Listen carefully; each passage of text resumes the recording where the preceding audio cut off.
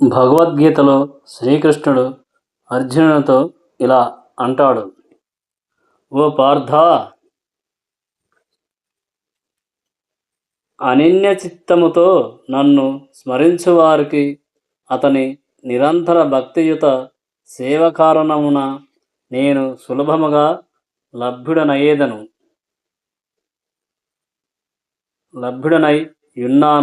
యుంటాను అని శ్రీకృష్ణుడు అర్జునునితో పలికెను. దేవదేవుడైన శ్రీకృష్ణుడు భక్తి యోగముతో సేవించు శుద్ధ భక్తుల చరమగమ్యము చేరుకొనవలేనంటే నా భక్తులు నన్ను సదా సేవించవలేనని శ్రీకృష్ణుడు ఇలా అంటున్నాడు.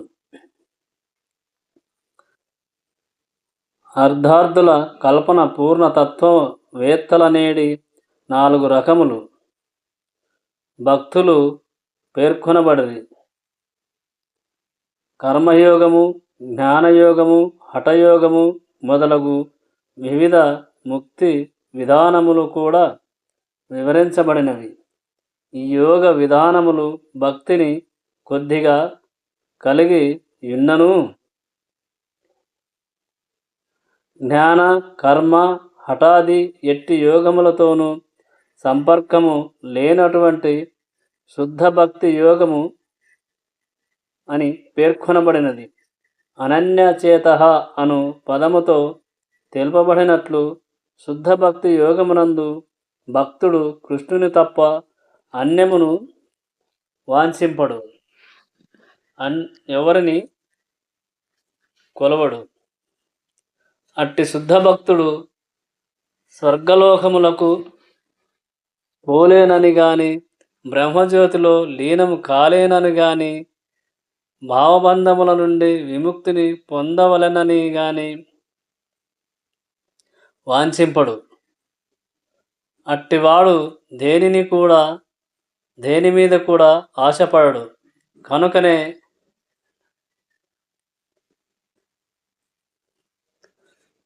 అనగా సొంత లాభము కొరకు ఎట్టి కోరికను లేనివాడని భావము. శ్రీకృష్ణుడు ఇలా అంటాడు: పరమశాంతి అతనికే లభించును, కానీ స్వీయ లాభమునకై, సొంత లాభమునకై ప్రాకులాడువానికి కాదు. జ్ఞానయోగి, కర్మయోగి లేదా హఠయోగి అను వారలు ఏదియో కొంత స్వార్థమును కలిగి యున్నను పూర్ణభక్తుడు శ్రీకృష్ణ భగవానుని ప్రియమునకు అన్యమైన దానిని కోరడు. కనుకనే అంకుటిత భక్తితో తనను సేవించువారికి తాను సులభముగా లభింతునని శ్రీకృష్ణ భగవానుడు తెలియజేయుచున్నాడు. శ్రీకృష్ణుడు ఇలా పలికెను: సదా శ్రీకృష్ణునకు గల అనేక రూపములలో ఏదేని ఒకదాని ద్వారా ఆ దేవదేవుని భక్తియుత సేవలో నియుక్తుడై యుండును.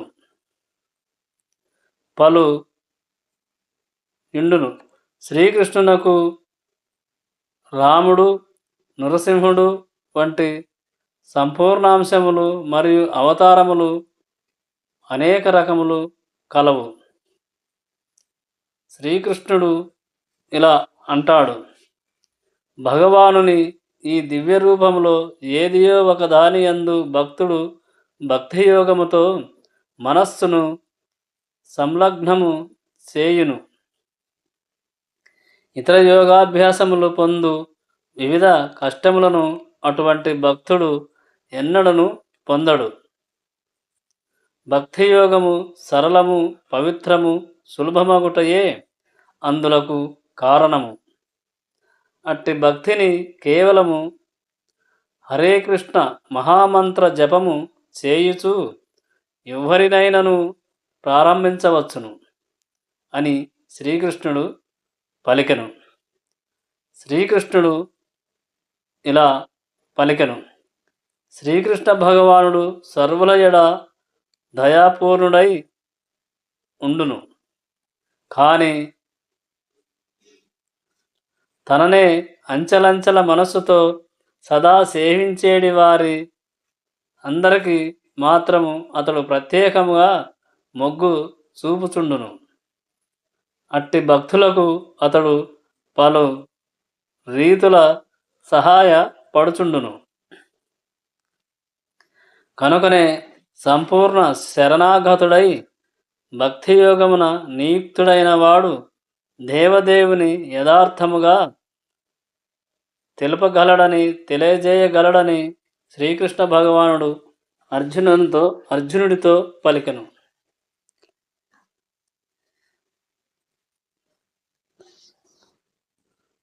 శ్రీకృష్ణుడు ఇలా పలికెను: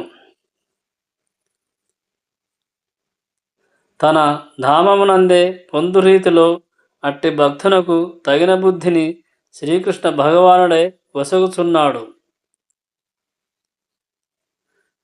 దేశ కాల పరిస్థితులను పట్టించుకొనక అనన్య చిత్తముతో శ్రీకృష్ణునే సదా తలచుట శుద్ధ భక్తుని ప్రత్యేక యోగ్యత.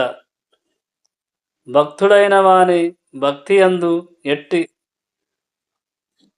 అవరోధములు రాకూడదు. అతడు తన సేవను ఏకకాలమందైనను ఎచ్చటనైనను నిర్వహింప సమర్థుడై ఉండవలెను. భక్తుడైన వాడు బృందావనము లేదా శ్రీకృష్ణ భగవానుడు లీలలో నర్చిన ఏదేని తీర్థస్థలమునందు వసింపవలెనని కొందరు పలికినను, వాస్తవమునకు శుద్ధ భక్తుడు ఎచ్చట జీవించినను తన భక్తిచే తాను నివసించు స్థానముననే బృందావనం వాతావరణము ఏర్పాటు చేసుకొనవచ్చును. శ్రీకృష్ణుడు ఇలా పలికెను: కనుకనే హే ప్రభు, నీవిచ్చట ఉన్నను అది బృందావనమే అని అనుకొనవలెను అని శ్రీకృష్ణుడు పలికెను. శ్రీకృష్ణునే సదా తలచుచు అతని యందు ధ్యానమగ్నుడై ఉండవలేను. శుద్ధ భక్తుని లక్షణములు ఇవియే. అట్టి వారికి అతడు సులభముగా లభ్యమగును. కనుకనే అన్ని యోగముల కన్నను భక్తి యోగమే ఉత్తమమని భగవద్గీత ఉపదేశించుచున్నది. అట్టి భక్తి యోగమునందు ఆచరించు భక్తులు 5 విధములుగా శ్రీకృష్ణ భగవానుని సేవను గూర్చుచుందురు. ఆ 5 భక్తులలో శ్రీకృష్ణుడు ఇలా పలికెను: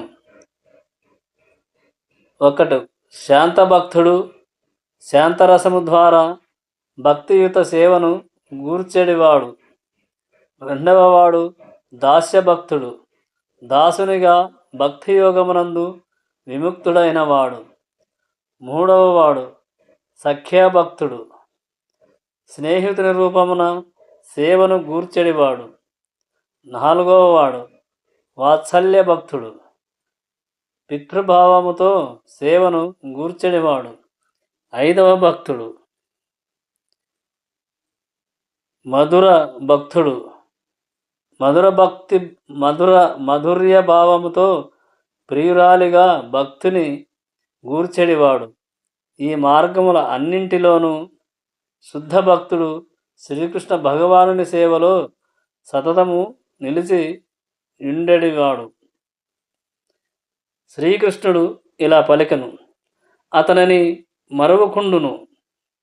తాత్కారణముగా అతనికి శ్రీకృష్ణ భగవానుడు సులభముగా లభించును.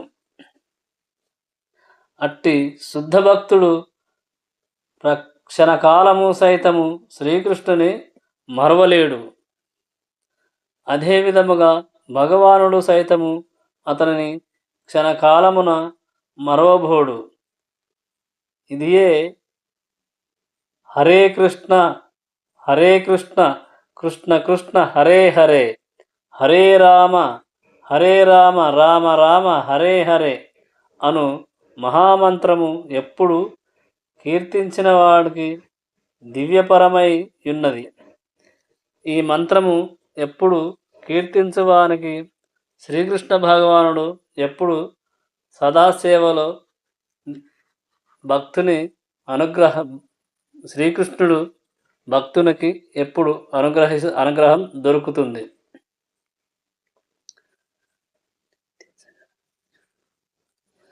ఈ అనిత్య జగము జన్మము, ముసలితనము, వ్యాధి, మరణముల చేత, దుఃఖముల చేత నిండి ఉన్నది.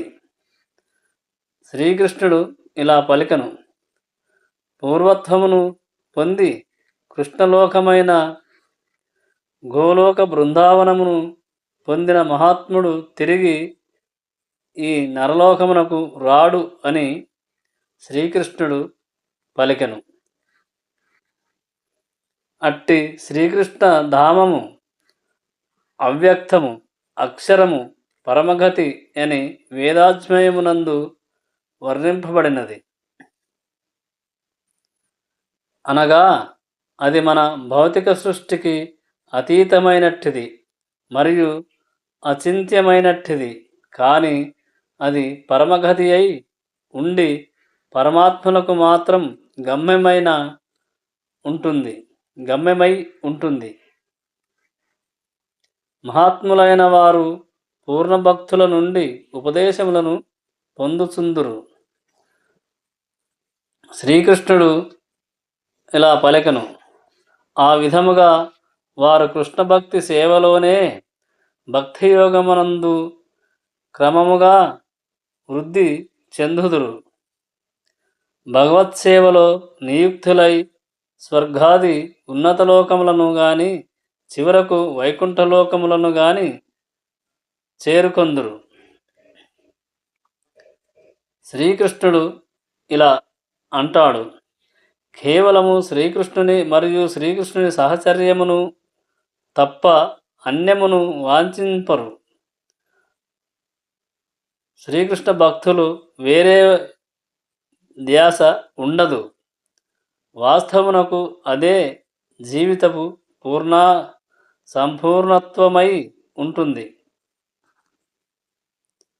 అట్టి కృష్ణ భక్తి రసభావితులు అత్యున్నత జీవన పూర్ణత్వమును పొందగలరు. వారే మహిమాత్ములై ఉంటారు. శ్రీకృష్ణుడు ఇలా పలికెను: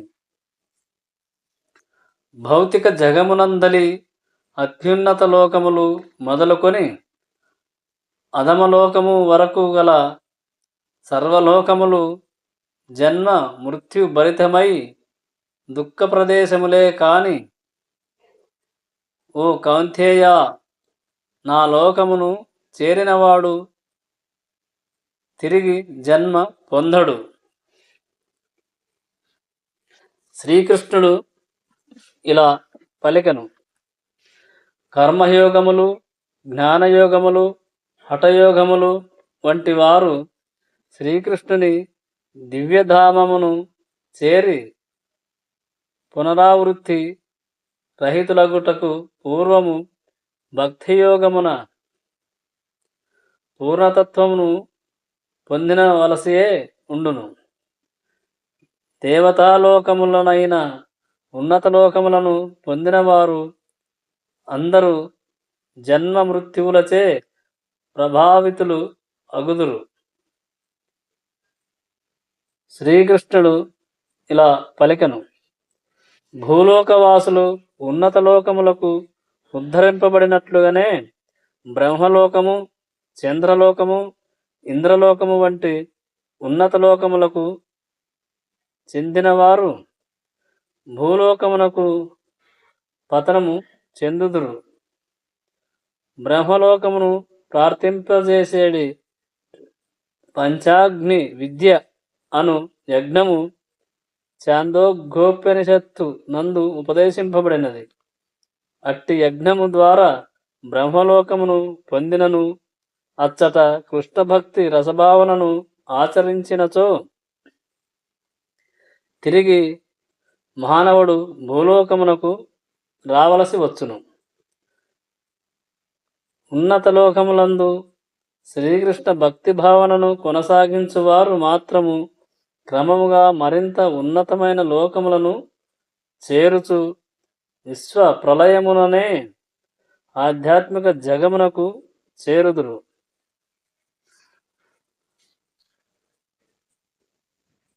శ్రీకృష్ణుడు ఇలా పలికను: మానవ పరిగణము ననుసరించి 1000 యుగములు కాలము బ్రహ్మదేవునికి ఒక పగలు కాగలదు. అతని రాత్రి సైతం అంతే. పగలు ఎంత ఉంటుందో రాత్రి అంతే బ్రహ్మకాలము బ్రహ్మదేవునికి.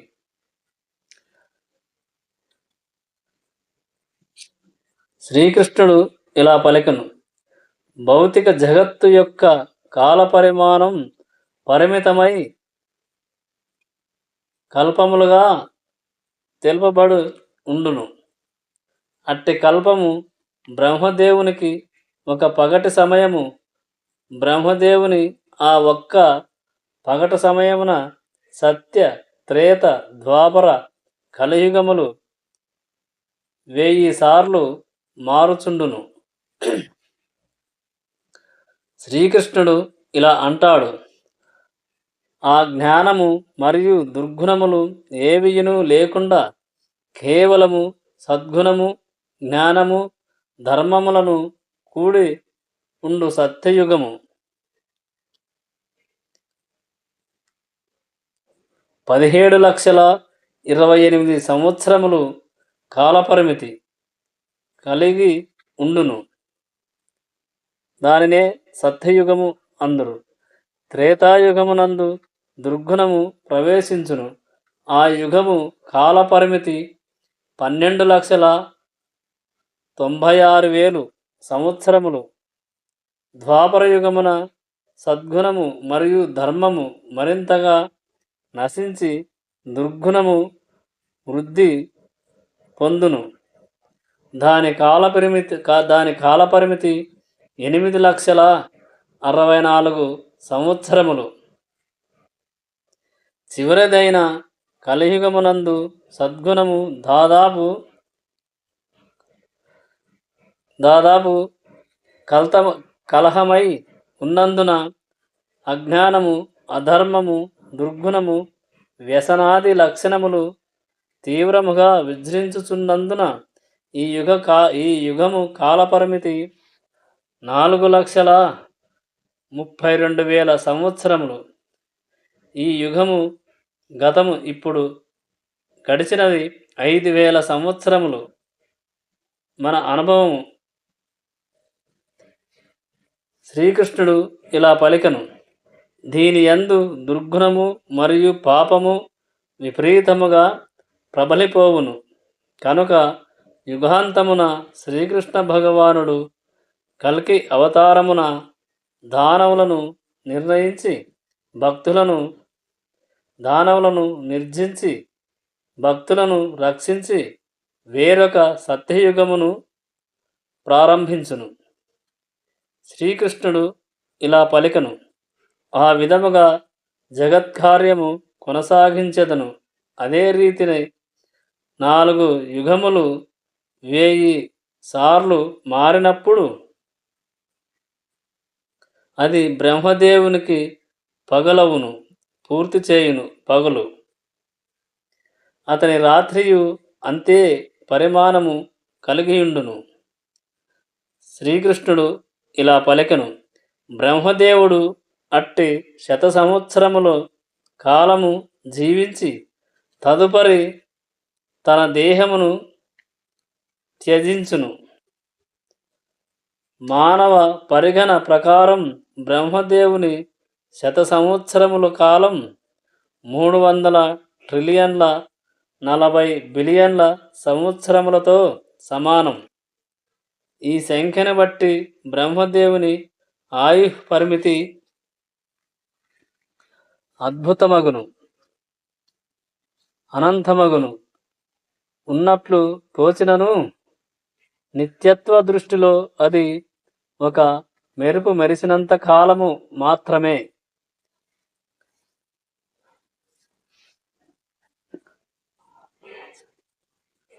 కారణార్ణ వజములలో అసంఖ్యాకములుగా బ్రహ్మలు సముద్రమునందలి బుడగవలే ప్రత్యక్షమగుచు నశించుచుందురు. బ్రహ్మ మరియు అతని సృష్టి ఎననవి భౌతిక జగమునందలి భాగములు కనుక అవి నిత్య పరివర్తన శీలములై ఉండును. శ్రీకృష్ణుడు ఇలా పలికెను అనగా, భౌతిక జగమున బ్రహ్మదేవుడు సైతము జన్మము, మృత్యువు, ముసలితనము, వ్యాధుల నుండి బయటపడి ఉండలేదు. కానీ అతడు విశ్వ కల్ప నిర్వహణములో శ్రీకృష్ణ భగవానుని సేవయందు నిమగ్నమై ఉన్నందున శీఘ్రమే ముక్తిని పొందగలడు. శ్రీకృష్ణుడు ఇలా అంటాడు, ఆ బ్రహ్మదేవుని లోకమైన బ్రహ్మలోకమునే ఉన్నతులైన సన్యాసులు పొందుదురు. అట్టి లోకము భౌతిక జగత్తునందు అత్యున్నతమై స్వర్గాది ఊర్ధ్వలోకములను పోషించుచున్నను. బ్రహ్మ మరియు ఆ బ్రహ్మలోకవాసులు ప్రకృతి నియమము ప్రకారము మరణమునకు గురి కావలసియే వచ్చును. శ్రీకృష్ణుడు ఇలా పలికెను, బ్రహ్మదేవుని పగటి సమయమున ప్రారంభమైనంతనే జీవులందరూ అవ్యక్త స్థితి నుండి వ్యక్తము చెంది పిదప అతని రాత్రి ప్రారంభమైనంతనే తిరిగి అవ్యక్తమునందు లీనమగుదురు. శ్రీకృష్ణుడు ఇలా అంటాడు, బ్రహ్మదేవుని పగటి సమయము ప్రారంభమైనప్పుడు జీవులు మరలా వ్యక్తమగుచు అతని రాత్రి సమయమున ప్రారంభమైనంతనే అవశులై నశింతురు. శ్రీకృష్ణుడు ఇలా అంటాడు, భౌతిక జగమునందే నిలుచుటకు ప్రయత్నించు. మందమతులు ఒకవేళ ఉన్నతలోకములను చేరినను నిశ్చయముగా తిరిగి ఈ భూలోకమునకు రావలసి వచ్చును. శ్రీకృష్ణుడు ఇలా పలికెను, వారు బ్రహ్మదేవుని పగటి సమయమున భౌతిక జగమునందలి ఊర్ధ్వ అధోలోకములందు తమ కార్యములను చేయుచు బ్రహ్మదేవుని రాత్రి సమయము అరుదెంచగానే నశించిపోవుదురు. తమ కామ్య కర్మలకై వారు బ్రహ్మదేవుని పగటి యందు పలు విధములైన దేహములను పొందురు. అతని రాత్రి సమయమున ఎటువంటి దేహము లేకుండా విష్ణువు యొక్క దేహమందు నిలిచి ఉండును. తిరిగి బ్రహ్మదేవుని పగలు ఆరంభమైనంతనే మరల వ్యక్తమగుచుందురు. బ్రహ్మదేవుడు మరల వ్యక్తమగుచుందురు. శ్రీకృష్ణుడు ఇలా పలికెను, భూత్వా ప్రళయతే, పగటయందు వ్యక్తమైన రాత్రి యందు మరలా నశింతురు. చివరికి బ్రహ్మదేవుని ఆయుష్ తీరినంతనే వారందరూ నశించిపోయి కోట్లాది సంవత్సరములు అవ్యక్తమందు నిలిచిపోవుదురు. తిరిగి బ్రహ్మదేవుడు జన్మించగానే వారును మరల అగుదురు. ఈ విధముగా వారు భౌతిక జగత్తు మాయచే మోహితులగుదురు. శ్రీకృష్ణుడు ఇలా పలికెను, కానీ కృష్ణ భక్తి రసభావనను స్వీకరించు జ్ఞానవంతులైన వారు మాత్రం హరే కృష్ణ కృష్ణ కృష్ణ హరే హరే హరే రామ రామ రామ హరే హరే అను కృష్ణ నామకీర్తనము చేయుచు శ్రీకృష్ణ భగవానుని భక్తి యుత సేవ యందే మానవ జన్మను వినియోగింతురు. ఆ విధముగా వారు ఈ జన్మమునందే దివ్యమైన కృష్ణలోకమును చేరి పునర్జన్మలు లేకుండా నిత్యానందులు కాగలరు అని శ్రీకృష్ణుడు తెలిపెను. శ్రీకృష్ణుడు ఇలా పలికెను: వ్యక్తములయ్యేడి ఈ భౌతిక ప్రకృతి కన్నను పరమమైనదియు శాశ్వతమైనదియు అగు అవ్యక్త ప్రకృతి వేరొక్కటి కలదు. అది పరమోత్కృష్టమును నాశరహితమును అయ్యున్నది. ఈ జగమునందు గల సమస్తము నశించినను అది మాత్రం యథావిధిగా నిలిచియుండును.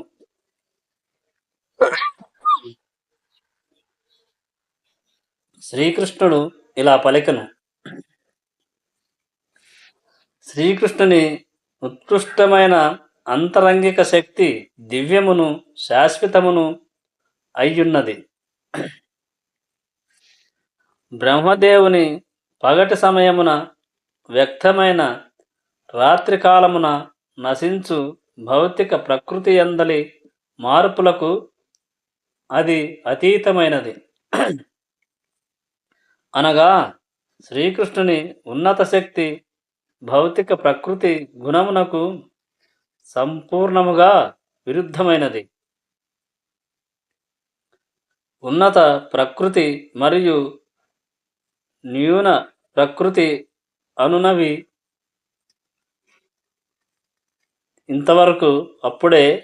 ఇదివరకే ఇంతకుముందే చెప్పి ఉన్నాము. శ్రీకృష్ణుడు ఇలా పలికెను: వేదాంతులు దేనిని అవ్యక్తము అక్షరమని వర్ణింతురో, ఏది పరమగమ్య స్థానముగా తెలియబడుచున్నదో, ఏ స్థానమును పొందిన పిమ్మట మనుషుడు వెనుకకు తిరిగి రాడో అదియే నా దివ్యధామము అని శ్రీకృష్ణుడు పలికెను. నన్ను కొలిసినవాడు నా దివ్యధామము చేరును. శ్రీకృష్ణుడు ఇలా పలికెను: దేవదేవుడైన శ్రీకృష్ణుని దివ్యధామము సర్వకోరికలు ఈడెరునటువంటి చింతామణి ధామముగా బ్రహ్మ సంహిత యందు వర్ణింపబడినది. గోలోక బృందావనముగా తెలియబడు ఆ శ్రీకృష్ణధామము చింతామణి భరితమైన సౌధములతో అలరాడుచుండును. కోరిన ఎట్టి భక్ష్యమునైనను సమకూర్చు కల్పవృక్షములను మరియు అక్షయముగా పాలనసుగు సురభినామ గోవులను కలిగి ఉండేడి ఆ ధామమున శ్రీకృష్ణుడు లక్షల కొలది లక్ష్ములచే సేవించబడుచుండును. శ్రీకృష్ణుడు ఇలా పలికెను: ఆదిదేవుడను మరియు సర్వకారణకారుడను అగు గోవిందునిగా అచ్చట అతడు పిలువబడును.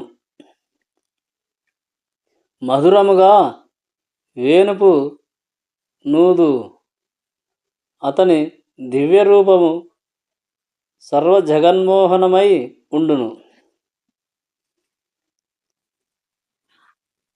అతని కన్నులు కలువ పూల రెక్కలను పోలి దేహఛాయ నీలమేఘ వర్ణమును పోలి యుండును. పరమాకర్షుడైన అతని సౌందర్యము వేలాది మన్మధులను అతిశయించినంత మనోహరముగా ఉండును. పీతాంబరమును ధరించియుండు ఆ భగవానుడు మెడలో దివ్యమైన పూలమాలను, శిరమున పింఛమును దాల్చి ఉండును. శ్రీకృష్ణుడు ఇలా పలికెను: ఆధ్యాత్మిక జగమున అత్యంత ఉన్నతమైన తన ధామమును గోలోక బృందావనము గూర్చి శ్రీకృష్ణుడు భగవద్గీతయందు ఇచ్చట సూచనగా మాత్రమే తెలిపియున్నాడు. గోధామము అనగా గోవుల బృందావనము, గోలోక బృందావనము.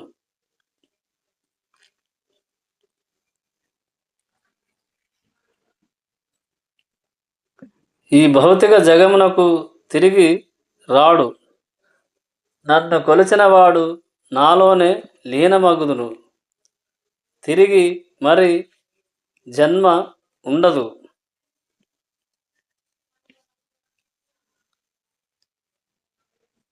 ఒకే లక్షణములను కలిగియుందును. ఆ ధామమునకు మరియు శ్రీకృష్ణునకు ఎట్టి భేదము లేదు. ఈ భౌతిక జగమునకు మానవుడు ఎప్పుడు తిరిగి రాడు అని శ్రీకృష్ణుడు పలికెను.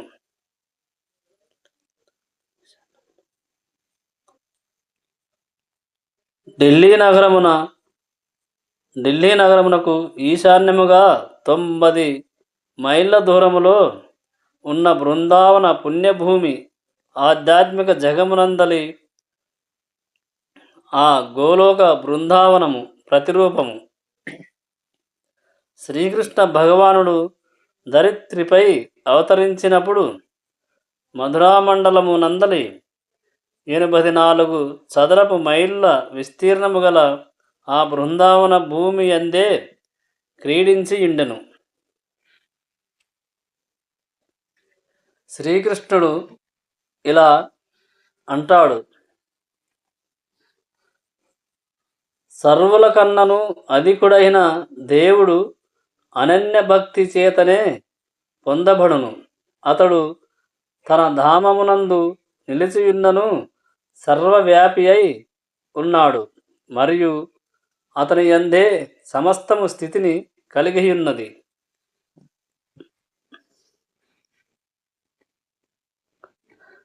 పరమగమ్యస్థానము పరమపురుషుడైన శ్రీకృష్ణుని ధామమే అని ఇచ్చట స్పష్టముగా తెలుపబడినది.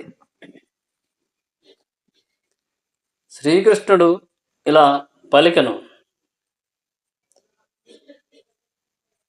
పునరావృత్తి రహితమగు స్థానము అట్టి ధామమును బ్రహ్మ సంహిత ఆనంద చిన్మయ రసము అని వర్ణించినది. అనగా అచ్చట ప్రతిదియు దివ్యానందపూర్ణమై యుండును.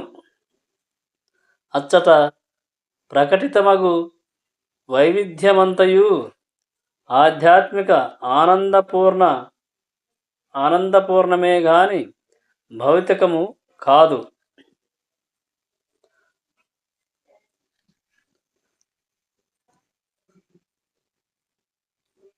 శ్రీకృష్ణుడు ఆధ్యాత్మిక శక్తికి సంబంధించినదే కావున అచ్చటి వైవిధ్యము ఆ భగవానుని విస్తారమే అయి ఉన్నది.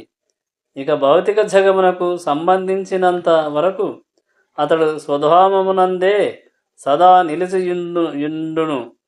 తన భక్తి తన భౌతిక శక్తి ద్వారా సర్వత్రా వ్యాపించియుండును. అనగా శ్రీకృష్ణ భగవానుడు తన ఆధ్యాత్మిక శక్తి మరియు భౌతిక శక్తుల ద్వారా ఆధ్యాత్మిక భౌతిక జగముల ఎందున్నంతటను నిలిచియుండును. ఈ భౌతిక జగమునందలి అంతటా శ్రీకృష్ణ భగవానుడు నిలిచి ఉండును. సర్వము నేనే అని, సర్వలోకములు నాయందే ఉన్నవని శ్రీకృష్ణ భగవానుడు చెప్పుచున్నాడు. నన్ను నిత్యము కొలిచిన, నన్ను ఆరాధించిన, నన్ను